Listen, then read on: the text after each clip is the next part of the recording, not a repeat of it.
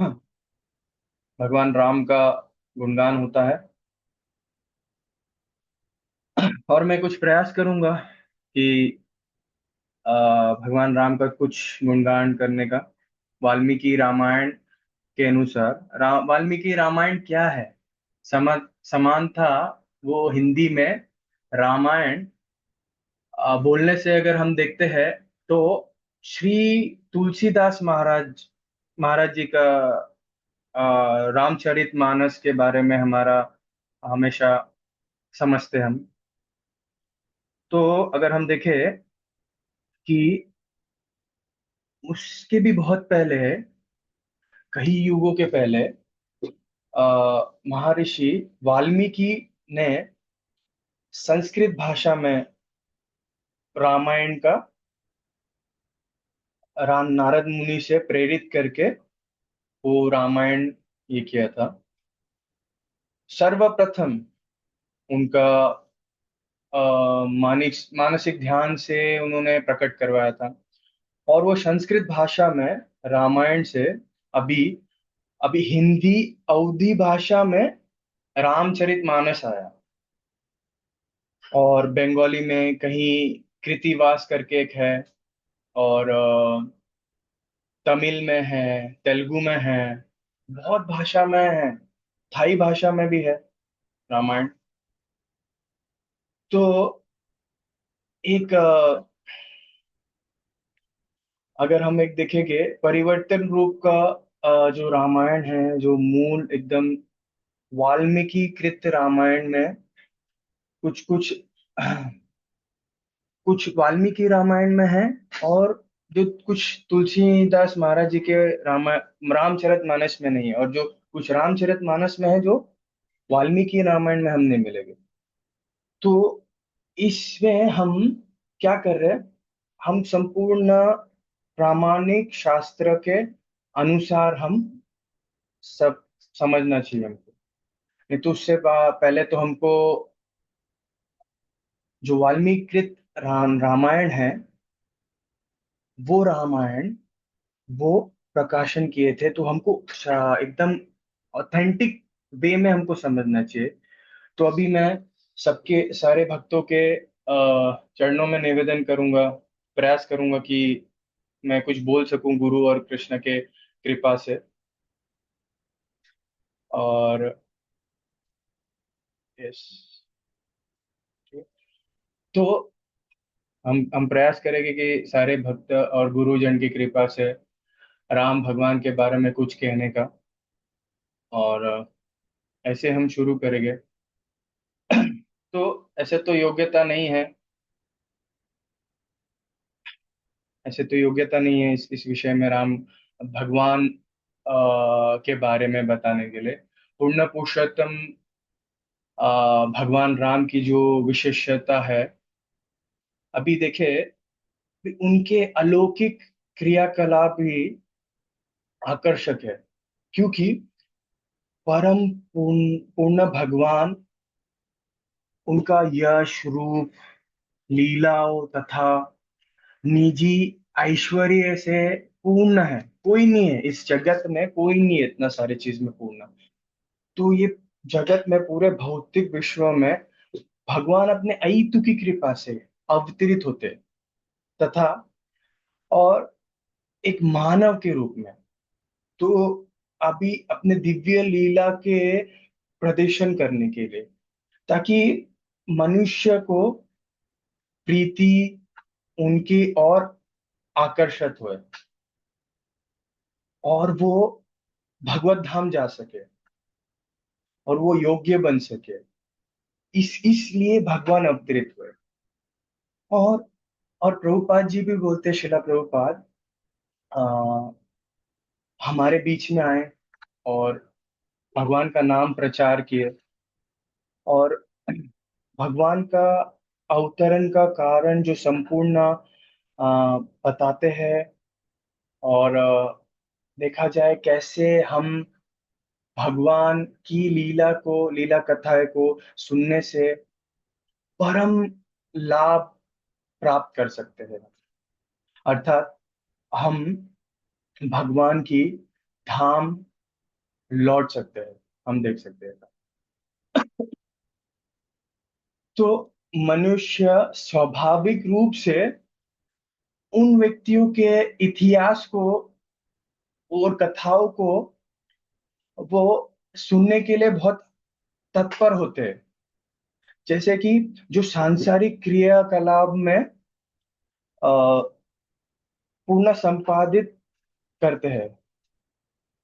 जैसे जनसाधारण को मालूम नहीं है, नहीं होता कि ऐसे करने से ये जो हमारा बहुमूल्य समय है हम व्यर्थ कर रहे हैं,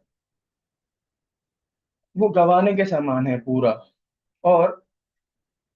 और इससे मनुष्य बहुत, मतलब त्रिगुणी मोह माया के वशीभूत हो जाते हैं। ऐसे होता है, नहीं होता है, देखिए होता है, ऐसा होता है। हम प्रतिदिन न्यूज में देखते हैं, सुनते हैं, सामान्य लोग मतलब देखते हैं कि समाज के विचार में बड़े बड़े लोग क्या कहते हैं, क्या करते हैं। और ये सब सुनने से या हमारा वास्तव फायदा क्या है? कुछ नहीं है। भगवान राम की लीला कथा को सुनने से हमारा कल्याण, परम कल्याण होगा। इसके लिए हम साधारण भौतिक समाचार सुनने से कृष्ण लीला, राम लीला, वामन लीला, भगवान की लीला कथा सुनने से बहुत बड़ा फायदा होगा। अपना समय व्यर्थ गंवाने से स्थान पे व्यक्ति अपना ध्यान भगवान के दिव्य लीलाओं पे और प्रवृत्त कर सकता है, और आध्यात्मिक सफल सफल प्राप्त कर सकता है। भगवान की दिव्य लीला के श्रवण मात्र से व्यक्ति का भगवान के साथ प्रत्यक्ष संपर्क हो सकता है, होता है। और जैसे कि पहले स्पष्ट किया गया है कि इस प्रकार के श्रवण से सांसारिक जो जन्म जन्मांतर की जो हम जन्म मृत्यु के इसमें फंसे पड़े हैं, उससे हम मुक्त हो जाते हैं। कितना सुंदर है बताइए कि रामलीला करने का फायदा, कितना सुंदर है रामलीला सुनने का फायदा। सुनने से हम हम योग्य है भगवान के ध्यान में जाने के लिए, और भगवान के साथ सीधे हमारा संपर्क होगा, स्थापन होगा।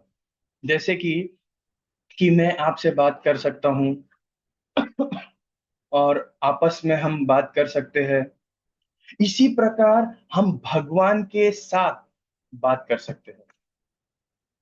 श्री राम लीला में श्रद्धा से, भक्ति से श्रवण करने से भगवान की दया असीम अपार है।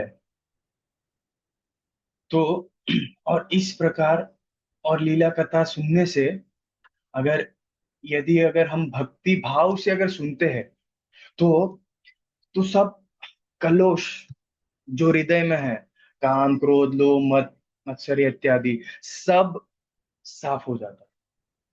क्योंकि भगवान का चरित्र, भगवान की लीला परम पवित्र है।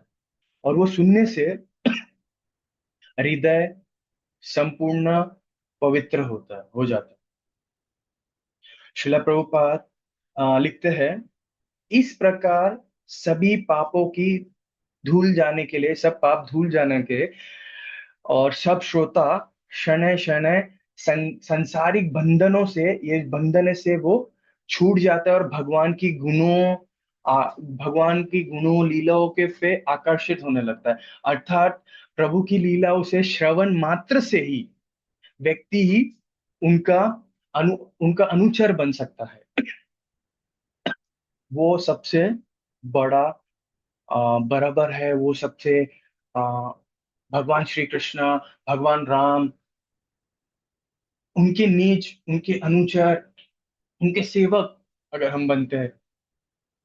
जैसा नौकरी छोड़ो व्यापार करो, ये बहुत बड़ा विज्ञापन था गुजरात में, सूरत में। तो परंतु हमारा लक्ष्य क्या है? नौकर, भगवान का नौकर, भगवान का सेवक। भगवान का सेवक होना सर्वश्रेष्ठ है, सर्वश्रेष्ठ परिस्थिति है वो जीवन के लिए। एक व्यक्ति जीवन के अ, तत्वज्ञानियों के प्रामाणिक स्रोत से प्राप्त भगवान की दिव्य लीला ध्यान पूर्वक अगर हम श्रवण करने से व्यक्ति जीवन से पूर्णता पूर्णता लाभ उठा सकता है। पूर्णता मतलब भक्तों के सानिध्य में, भक्तों के सानिध्य में ही है मतलब ये संपन्न है। उनके संपन्न में हम जो कलयुग में कली कलह का युग में इतने क्लेश है, जैसे हरे कृष्णा हरे राम, ये रामायण में ये जो कथा है, उसके पहले हमें उसके श्रवण करने से पहले हम हमको कुछ समझना चाहिए। क्योंकि राम भगवान के बारे में बहुत प्रचलित बहुत प्रचलित गलतफहमी है। इसलिए आ, मैंने इस रामायण के जो संस्करण है, सर्वप्रथम भूमिका में अगर हम देखेंगे, कुछ विश्लेषण में हम देखेंगे कि प्रचार भगवान राम तत्व के क्या बारे में तक हम भगवान राम तत्व कौन है, अगर हम थोड़ा ध्यान से सुन पाएंगे इस विषय में तो बहुत अच्छा होगा। पहला प्रश्न क्या होगा? भगवान राम कौन है, किस लिए वो आज तक अ, करोड़ों करोड़ों लोग शाहिद होते हैं भगवान राम की लीला कथा सुनने के लिए। ये भूमिका में इसके बारे में भगवान रामचंद्र वो काल्पनिक है सोचते, अथवा कोई अत्यंत महान मनुष्य भी नहीं है, ऐसे लोग सोचते। तो सुनिए फिर क्या है वो, कौन है भगवान रामचंद्र? अत्यंत महान मनुष्य नहीं है। वो कौन है? महान नहीं है, महान ही है, पर मनुष्य नहीं है, पर परम भगवान है। वे वो सर्वश्रेष्ठ पूर्ण पुरुषोत्तम भगवान, असंख्य आध्यात्मिक भौतिक ब्रह्मांडों के स्रोत, उनके पालन करता एवं और निरंतर है। परमात्मा होने के कारण हर एक अणु में, हर एक जीवों के हृदय में उनका वास है। वो वो भूत वर्तमान भविष्य जानने वाले त्रिकाल ज्ञाता त्रिकाल ज्ञाता है। अर्थात भगवान राम हमसे इतना बड़े हैं कि कितने बड़े हैं माप नहीं सकते हैं, संभव नहीं है उससे मापना। भगवान राम बाल आ, हर एक चीज में वो सौंदर्य में, त्याग में, ऐश्वर्य में, बल में पूर्ण स्वरूप है, परिपूर्ण है। हमारे पास वो नहीं है वास्तव में। आ, ये जो ये सारे विषय है इसमें है, तो संक्षिप्त रूप में हम बताएंगे अभी आपको कि कैसे कैसे कि तात्पर्य अगर आप देखेंगे कि और विशाल रूप में जो रामायण का वर्णन है, वाल्मीकि रामायण, वो जो बोलना चाहिए, तो अभी तो समय नहीं है उसके लिए। वो कैसे कैसे भगवान परिपूर्ण है बल से, शक्ति से, सौंदर्य से, त्याग से, ज्ञान इत्यादि से। हमारे पास वो सब नहीं है। वो महान महान पुरुष है। संक्षेप में अभी हम चर्चा करते हैं। वे वे भगवान राम ये पूर्ण है, और तथा योगियों, सन्यासियों एवं विशेषकर भक्तों के जो उनकी अचिंत्य लीलाओं का ज्ञान में ज्ञान गान करने में आनंद प्राप्त करते, गुणगान करने में, उनके जीवन में, अंतिम देह में। पूर्ण पूर्ण पुरुषोत्तम के भगवान के मूल रूप श्री कृष्ण के विस्तार भगवान राम सदा आध्यात्मिक आकर्षण में स्थित रहते हैं, अपने लोक में निवास करते हैं। वहां उनके साथ उनकी उनकी नित्य संगिनी सीता सीता महारानी, उनके भ्राता लक्ष्मण, भरत तथा शत्रुघ्न, एवं उनके सुप्रसिद्ध भक्त हनुमान तथा आ, तथा उनके सारे बाकी इत्यादि भक्त रहते हैं। पीड़ित बद्धात्मा के उद्धार के लिए अति विशेष कृपा को दर्शाने के लिए भगवान समय समय पे इस भौतिक विश्व में लेते हैं। भगवान अ, इससे कि भगवान क्यों, जैसे भगवत गीता में समझाते, यदा यदा हि धर्मस्य ग्लानिर्भवति भारत अभ्युत्थानम् अधर्मस्य तथात्मानं सृजाम्यहम् परित्राणाय साधूनां विनाशाय च दुष्कृतां धर्म संस्थापनाय संभवामि युगे युगे। तो भगवान इसके लिए आते हैं। हे भरतवंशी, भगवान कृष्णा अर्जुन को कहते हैं, हे भारतवंशी, जब भी और जहां भी धर्म का पतन होता है और अधर्म का अधर्म का प्रचार होने लगता है, तब तब मैं अवतार लेता हूं, भक्तों का उद्धार करने के लिए, दुष्टों का विनाश करने के लिए तथा ध्यान की पुनः स्थापित करने के लिए मैं अवति अवतरित लेता हूँ हर युग में। तो इसके लिए हमको भगवान का, जैसे एक और श्लोक आता है भागवतम में, एक है चामशा कलह पुंसा कृष्णस्तु भगवान स्वयं। कृष्णा भगवान वो आए हैं, क्यों आते हैं, तो हमको समझना है। इस संक्षिप्त विषय में हम समझ रहे हैं। और भगवान राम बहुत पहले अवतरित हुए अयोध्या धाम में। कितने दिन पहले, कितने साल पहले? त्रेता युग में भगवान राम अवतरित हुए। चतुर्युग में सत्ययुग, चतुर्युग है सत्ययुग, त्रेता युग, द्वापर युग और कलयुग। तो चतुर्युग, तो एक एक सहस्त्र चतुर्युग है। ब्रह्मा जी जो सृष्टि करता है, जो उनका एक दिन है, ब्रह्मा जी का एक दिन में रामचंद्र भगवान एक बार अवतरित होते हैं। भगवान कृष्ण का आविर्भाव, चैतन्य महाप्रभु का आविर्भाव, भगवान राम का आविर्भाव एक बार होता है। श्री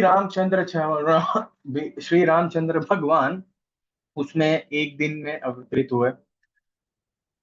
दिन मतलब ब्रह्मा जी का दिन होता है, जो जो जो त्रेता युग के बीच में था। और अब हमें अभी 28वें कलयुग में है। इसका मतलब रामचंद्र भगवान आविर्भाव मनुष्य मनुष्य वर्षों के कितने वर्षों पहले हुए? लगभग 2 करोड़ वर्षों के पहले हुए भगवान राम का अवतरण। ये सब सच है, शंका नहीं करना चाहिए इसके लिए। सब कुछ जो शास्त्र में लिखा है भगवान रामचंद्र के बारे में, भगवान श्री कृष्ण के बारे में, सब कुछ सत्यवानी है। शास्त्रों से हमको सबको समझना, हमको शास्त्र से सब कुछ समझना चाहिए हमको। बालकांड में वाल्मीकि ऋषि ने सर्वप्रथम इनके खुद के बारे में कुछ वर्णन देते हैं कि वाल्मीकि ऋषि इनके आश्रम में थे और सब सब शिष्यों के साथ में पाठ करते थे। एक दिन जब वाल्मीकि अपने शिष्यों के साथ एक समूह समक्ष कृष्ण भावनामृत राम भावनामृत के व्याख्या कर रहे थे, तब उनकी उनकी कुटिया में श्री नारद मुनि पधारे और जो भगवान की लीलाओं का गुणगान करते हैं, आध्यात्मिक एवं भौतिक जगत में भ्रमण करते हैं। मतलब भौतिक जगत में सिर्फ भ्रमण नहीं, अनवरत भ्रमण करते हैं। नारद मुनि, वाल्मीकि वाल्मीकि एक मुनि है, नारद मुनि एक मुनि, दोनों महापुरुष है।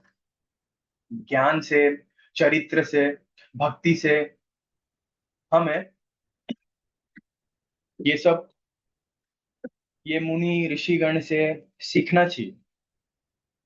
अभी हम अभी हम सीखेंगे रामलीला कैसे हुआ, किस लिए हुआ। नारद मुनि उपस्थित है वाल्मीकि ऋषि के आश्रम में। श्री नारद जी को देख के वाल्मीकि और उनके शिष्यों ने उनको प्रणाम किया।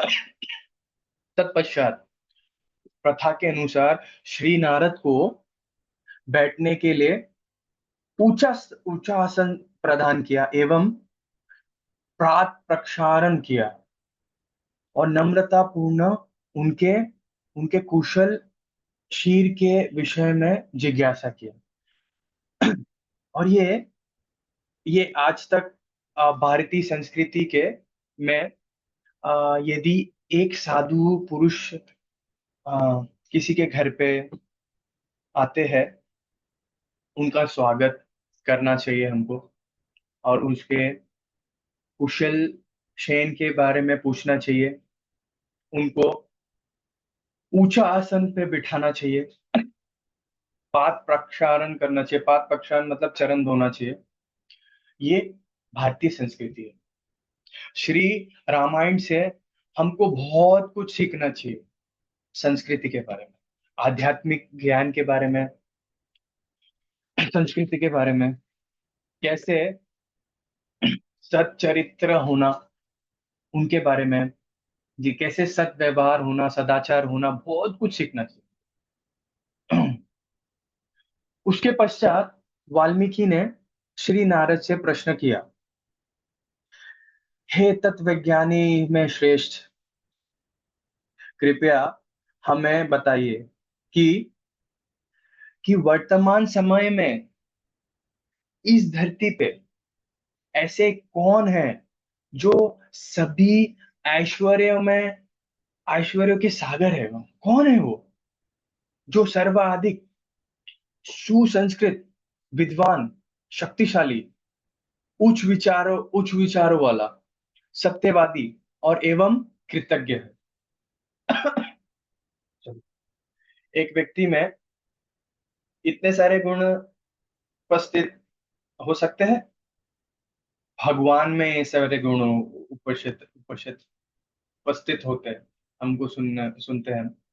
कौन है जिनका चरित्र निर्दोष है और जीव धारियों के यथार्थ कल्याण के संलग्न है। कौन है, और कौन है अतुल्य रूप से वो सर्वाधिक सुंदर है। हम देखते हैं कुछ लोग बहुत बुद्धिमान है और कुछ लोग बहुत सुंदर है। एक व्यक्ति में सुंदरता और विशेष बुद्धि सामान्य में हम नहीं देख सकते उपस्थित, परंतु भगवान में है। कौन व्यक्ति है? वाल्मीकि अभी पूछ रहे हैं और उत्तर, अब हम उत्तर सुनेंगे, नारद जी के उत्तर। वो व्यक्ति कौन है वो व्यक्ति? भगवान राम है। कौन अतुल्य रूप से मेरे भावी है, सर्वाधिक सुंदर है, जिसके समक्ष क्रोध एवं द्वेष प्रभावी नहीं करते, तथापि जो क्रुद्ध होने पे बड़े से बड़े देवताओं भी देवताओं भी भयभीत कर देते हो। तीनों लोकों में प्रत्येक व्यक्ति जो सुरक्षा करने वाले पराक्रमी कौन है? किससे? किससे? भाग्य की देवी, अर्थात भाग्य लक्ष्मी। भाग्य देवी, भाग्य के देवी ने सब आशीर्वाद दिए हैं। हे मुनिवर, कृपया आप मेरे प्रश्नों का उत्तर दीजिए, समाधान पूर्ण मुझे उत्तर दीजिए प्लीज। ऐसे वाल्मीकि ऋषि ने ऋषि कैसे है कि कौन है वो? असद्गुण, सु- असद्गुण से रहित है, जो क्रोध एवं द्वेष प्रभावहीन है। उसके पश्चात वाल्मीकि ऋषि ने कहा, कौन है जो क्रुद्ध होने पर बड़े से बड़े देवताओं को भी भयभीत कर देते हैं? इसका इसका मतलब क्या है? यदि एक व्यक्ति क्रोध प्रभाव अगर कर मतलब प्रभावित नहीं होता है, तो कैसे कैसे क्रोध हो सकता है? ऐसे समझना चाहिए कि भगवान राम तो कोई अ, छोटी बात से क्रुद्ध नहीं होते, परंतु यदि आवश्यकता होती है, अर्थात राक्षस राक्षस लोगों का संहार करने के लिए, पापी जन का दमन करने के लिए, भगवान राम उसी प्रकार उसी प्रकार के स्मृति में क्रुद्ध होते हैं, बिना कारण के नहीं। त्रिलोक जो मुनिवर है नारद, वो बोलते हैं कि नारद जी के बारे में जानते थे। नारद पूरे विश्व में भ्रमण करते हैं, सब सब जगह में सब कुछ देखते हैं, इसलिए वे उचित व्यक्ति है इस प्रश्न का उत्तर देने देने के लिए। जो त्रिलोका गया, नारद मुनि ने उत्तर दिया, हे ऋषि, राम, जो राम नाम के एक एक प्रख्यात राजा है, जो इक्ष्वाकु राज पक्ष में महाराज दशरथ के पुत्र के रूप में अवतरित हुए हैं। ये ये सभी श्रेष्ठ गुणों वाले एवं सर्वाधिक ऐश्वर्यशाली है। राम अपनी इंद्रियों को पूर्ण रूप से नियंत्रण रखने वाले एवं असंख्य शक्तियों के स्वामी हैं। हम्म, अपने इंद्रियों को जो धवन करते हैं, नियंत्रण करते हैं। वाल्मीकि ऋषि, नारद ऋषि आ, अपने अपने इंद्रियों के दमन किया है, परंतु पूर्ण शक्ति संपन्न नहीं है। एक मनुष्य भगवान जैसे अपने इंद्रियों को नियंत्रण कर सकते हैं, परंतु भगवान जैसे पूर्ण शक्ति नहीं हो सकते। भगवान राम की शक्तिशाली भुजा घुटनों से नीचे तक लंबी है। वो एक महापुरुष, ये महापुरुष का लक्षण है, अगर आप देखना है, ये महापुरुष का महालक्षण है। भगवान सारे महालक्षण भगवान राम में उपस्थित है। और उनकी उनकी गर्दन पे तीन मंगल निशान है, अति शुभ है। उनके उनके कंधे विस्तृत एवं छाती चौड़ी है। सुंदर माथा, सुंदर चेहरा, उनका माथा, उनका सुंदर चेहरा, सुशोभित ललाट, शक्तिशाली जबड़े, और मजबूती से जड़ी हुई उनकी उनकी हंसुली, उनकी हाथ है, उनकी नेत्र विशाल है, आत्मनेत्र। भगवान राम के आंखों कमल जैसे है। इसके उसका नाम उनका नाम है पद्मा नेत्र इत्यादि, पुंडरीकाक्षान इत्यादि। उनके नेत्र विशाल है। उनके कद भव्य, मध्यम ऊंचाई वाला है। और उनके समस्त अंग सुगठित और सुधल है। वे वो ये गहन नील वर्णी है, जिसकी अनुपम उनकी अगर उनकी बुद्धि अधा है। उनका उनका उनका जो व्यवहार है वो गंभीर है। उनकी उनकी वाणी उनकी वाणी में आ, उनका जो वाणी है वो सर्वश्रेष्ठ है। एकदम गंभीर है। उनका अच्छा व्यवहार भी गंभीर है। इसके लिए रामलीला अगर जब हम सुनते हैं, उस उस उसको विचार करना बहुत कठिन है। हमारे हमें हमारी सीमित सीमित जो भगवान को हम नहीं कर सकते, क्योंकि हमको दोष आरोप करना चालू कर देते हैं। भगवान राम सब कुछ जो करते हैं वो सर्वशुभ है और पूर्ण पवित्र है। और उनके उनके उद्देश्य गंभीर है।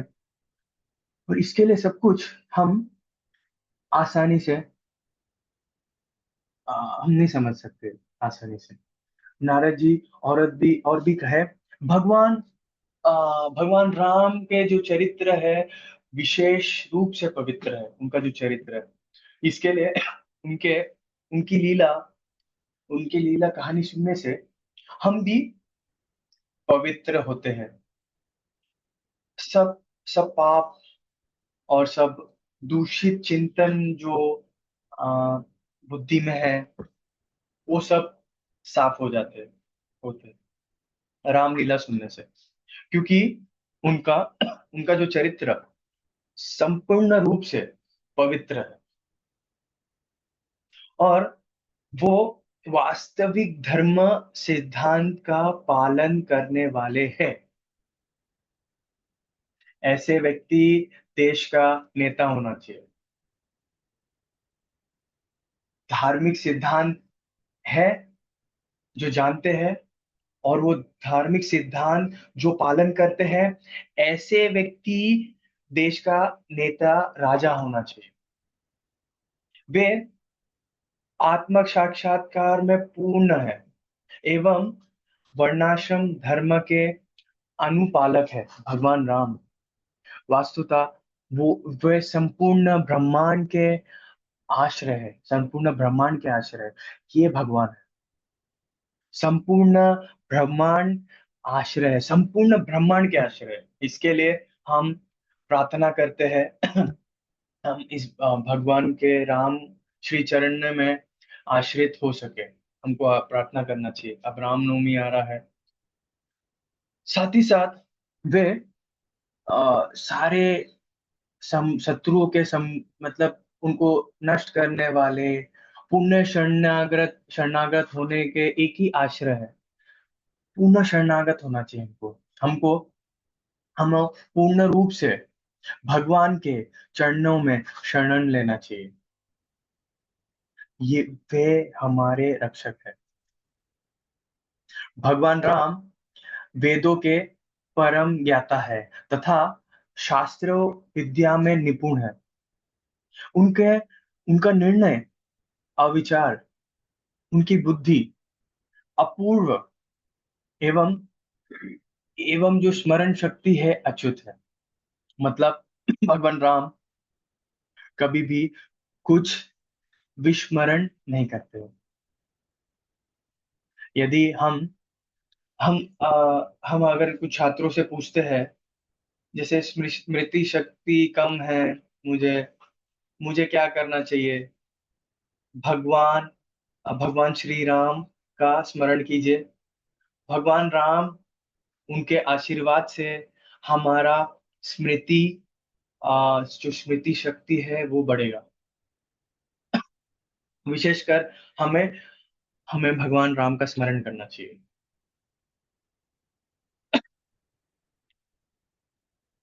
वस्तुतः उनकी विद्वता असीम है, विद्वता ज्ञान असीम है।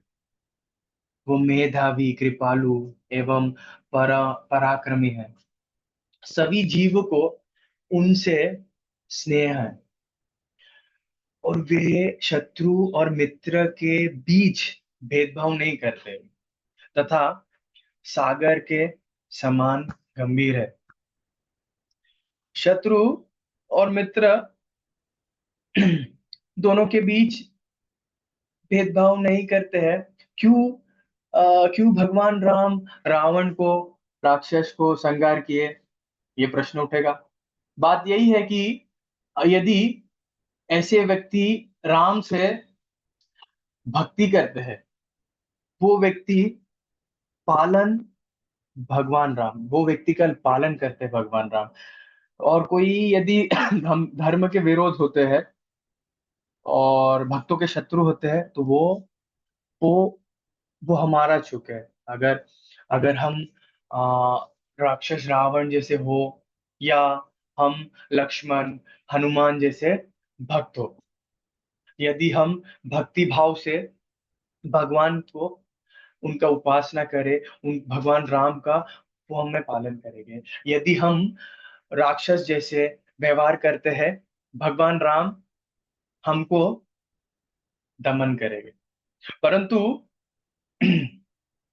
किसी कारणवश बिना भगवान राम किसी के बारे में विचार नहीं करते। यही बात है। धैर्य में वो हिमालय पर्वत के समान है। शक्ति में वो भगवान विष्णु के समान है।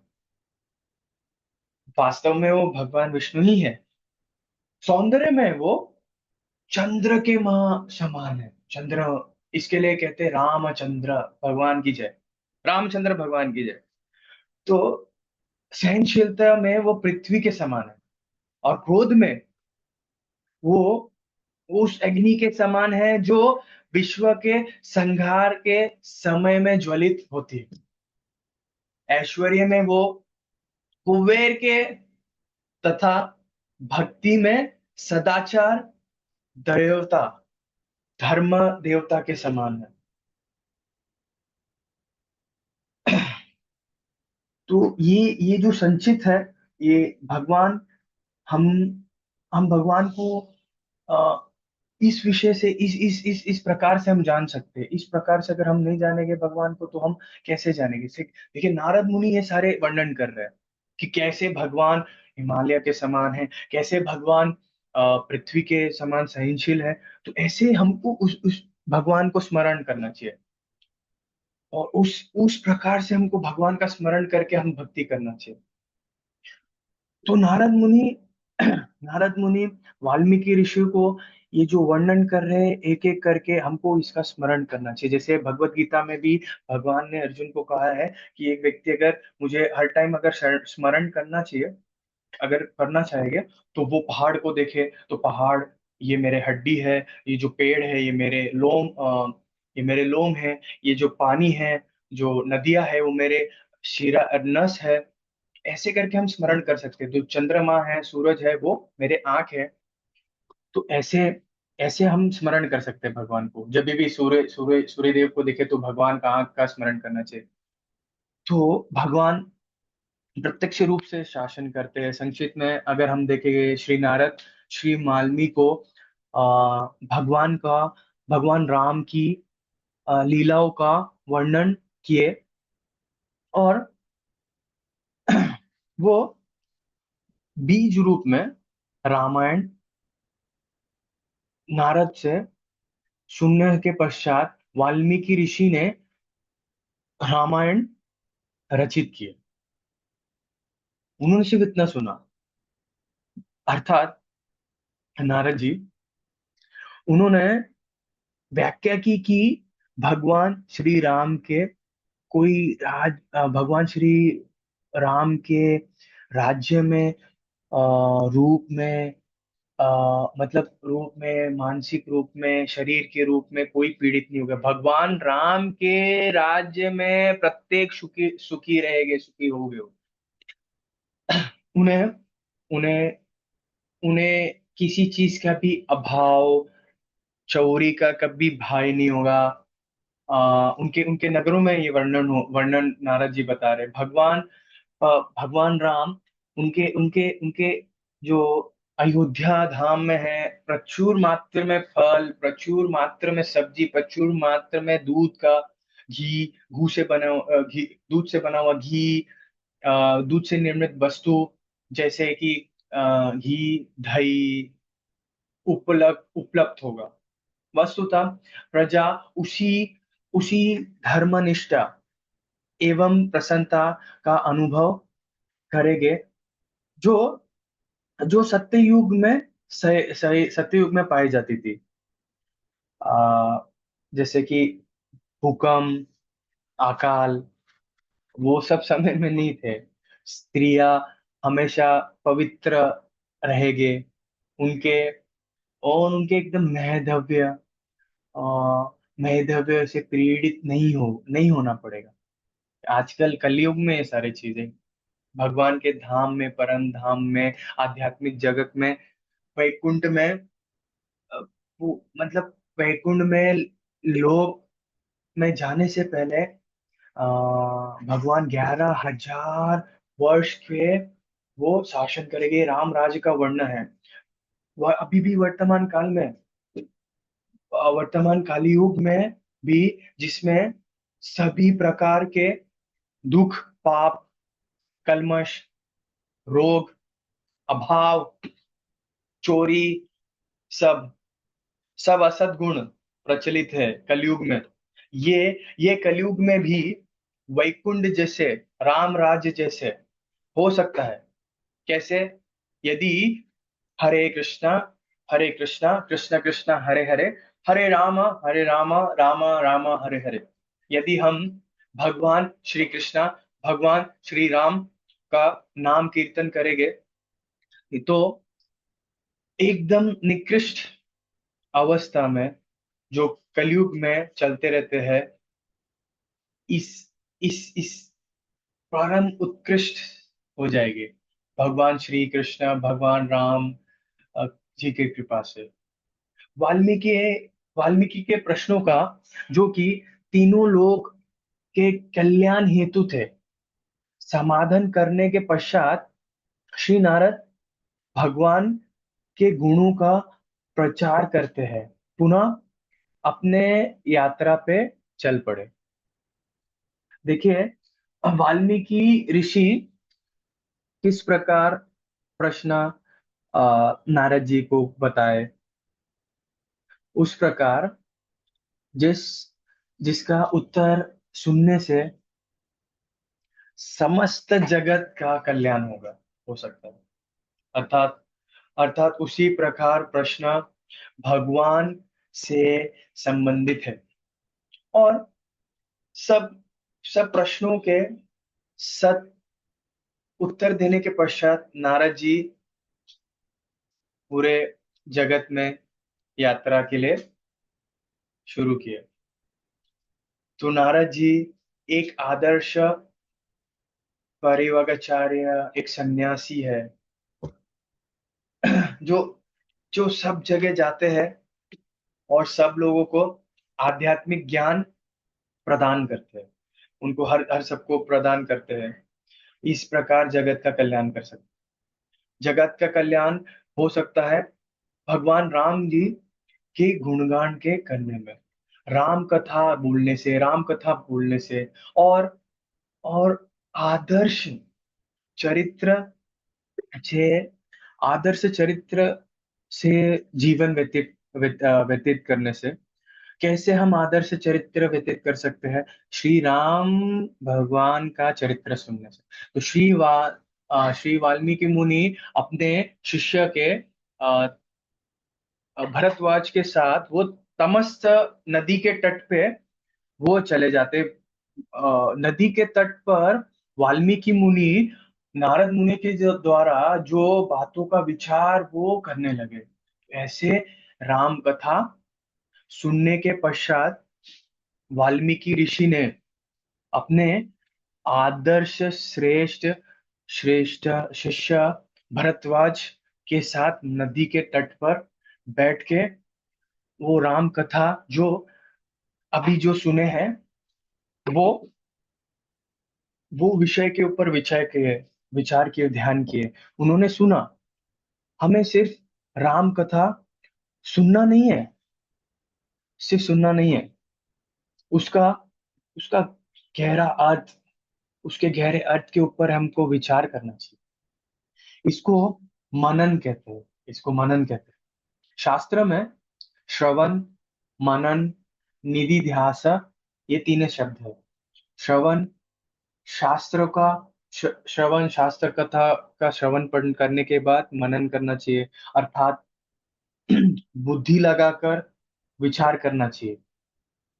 और निधि ध्यास करना चाहिए, अर्थात चित्ते कोरिया एक, अर्थात चित्त पे, हृदय में उस सब को, कथा को, भगवान की लीला कथा, भगवान की गुण कथा, भगवान की आ, सारे गुण को हृदय में धारण करना चाहिए। वन में बैठे वाल्मीकि वाल्मीकि जी वो उन्होंने देखा कि एक जोड़े थे, एक मछली या कोई पशु जोड़े जोड़े में थे जो मैथुन में लिप्त थे, काम क्रिया में, लीला मतलब मधुर में, हाँ ये पक्षी थे। तो ये पक्षी मधु मतलब मैथुन में लीक थे, एकदम मधुर गुण गीत गा रहे थे।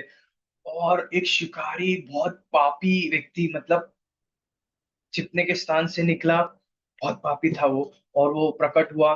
उसने क्या किया, उसने एक ऐसा बाण चलाया जिसने नर पक्षी के शरीर को भेद दिया। अपने पति को वो पीड़ा से देखते हुए, उसके शरीर को देखते हुए बैठे हुए, और धराशायी देख के मादा मादा पक्षी ने अकस्मात चरम इंद्रिय सुख से वेदना की मतलब इंद्रिय सुख से वो गहरी खाई में गिर गई। उससे उत्पन्न उससे उत्पन्न नैराश्य, भय, एकदम पुंद्र एकदम रोने लग गए, वो क्रंदन करने लग गए। देखिए क्या क्या अंतर है। भगवान राम कथा पूर्ण आनंदमय है, उसका विचार करते हैं नदी नदी के तट पर श्री वाल्मीकि मुनि। और अकस्मात, अचानक एक घटना हुई कि एक एक सरस पक्षी का वध हो गया। तो परम सुख और परम दुख, ठीक है। तो ये जब वाल्मीकि ने ये ये दुख का दृश्य देखा, तब उनके हृदय में दया का भाव आया, पूरा दया का भाव उबड़ पड़ा कि जो शिकारी का हिंसक हिस्सा, ये जो इन्होंने कार्य किया है, इन्होंने क्या किया, उस क्रोध में शिकारी को श्राप दे दिया। अरे पक्षी के हत्यारे, आपने मादा की यौन तुष्टि में, संलग्न संलग्न में आपने इतना जो रुकावट किया है और इतना उनको दर्द पहुंचाया है, और इसके लिए आपको अनंत जन्मों तक आपको मानसिक शांति नहीं हो गया। वाल्मीकि ऋषि ने ये वचन से उनको श्राप दे दिया। ऐसे ऐसे तो शक्तिमान जो ऋषि होते हैं, उसका तो श्राप उनका तो श्राप लगता ही है। वास्तव में ऐसे पाप काम करते हैं, मान ऐसे तो देखा जाए तो जो ऐसे मानसिक कार्य करते हैं उनको मानसिक शांति है ही नहीं। अभी देखिए आप, कितने सारे कसाई खाना है, कहाँ है उनको शांति? उनको शांति करने प्राप्त करने का उपाय है ही नहीं। जैसे ही वाल्मीकि ये श्राप दिया उनको, उनको अपने अनियंत्रण, मतलब वो जो अनियंत्रण क्रोध में जो जो जो उन्होंने बोल दिया, उनको उस पे लज्जा होने लगे कि ज्ञानी होने के कारण उन्हें ये ज्ञात था कि वास्तव था कि सभी जीव अस्थायी रूप से ये प्रकृति के प्रभाव में, गुण में बंधे हुए। तो उन्हें उन्हें वो शिकारी पे इतना क्रोध नहीं करना चाहिए था और पश्चाताप होने लगा। क्या हुआ? वाल्मीकि ऋषि ने सोचा कि ऐसे ऐसे गुस्सा होना तो ठीक नहीं है। खास ऋषि हूं मैं, कैसे मैं कैसे मैं हृदय में मेरे इतना क्रोध इतना क्रोध उत्पन्न हो गया, कैसे हुआ? तो शिकारी तो वैसा काम करेगा ही, उनका तो वो कार्य करेंगे। और सब जीव ये जो संसार चक्र में है, संसार चक्र में अब सब अपने पूर्ण काम, जो कर्म फल है वो जो भोग कर रहे हैं। इसके लिए वाल्मीकि ऋषि ने सोचा कि अभी अभी ये जो अभिशाप देना ठीक नहीं था। तो ये जो अभिशाप देना ठीक नहीं था, तो अभी समय का पाबंद है, 10 बजने आ रहा है, 2 मिनट है।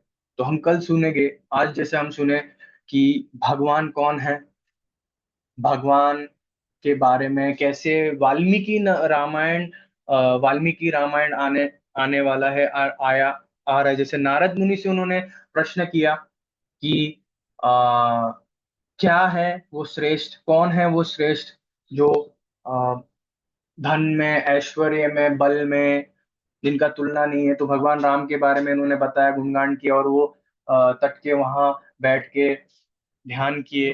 तो ऐसे ही हम कल इस पे चर्चा करेंगे। कल हम शुरू करेंगे बाल्यकांड का। ये तो एक्सप्लेनेशंस था कि भगवान को हम तुरंत नहीं समझ सकते, क्यों नहीं समझ सकते, हमारे अपूर्ण इंद्रिया के कारण।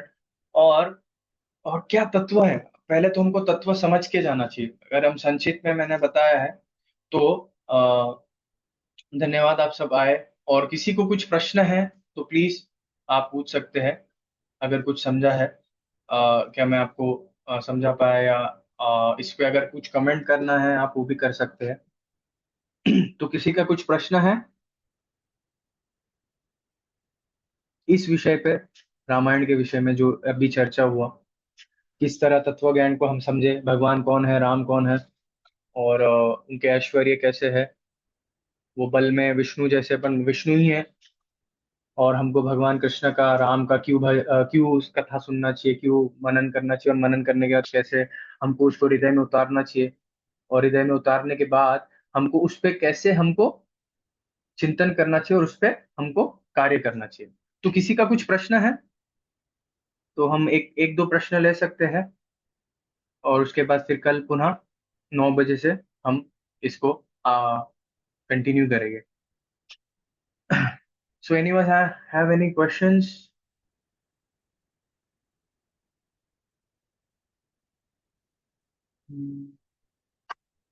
आपका प्रश्न है?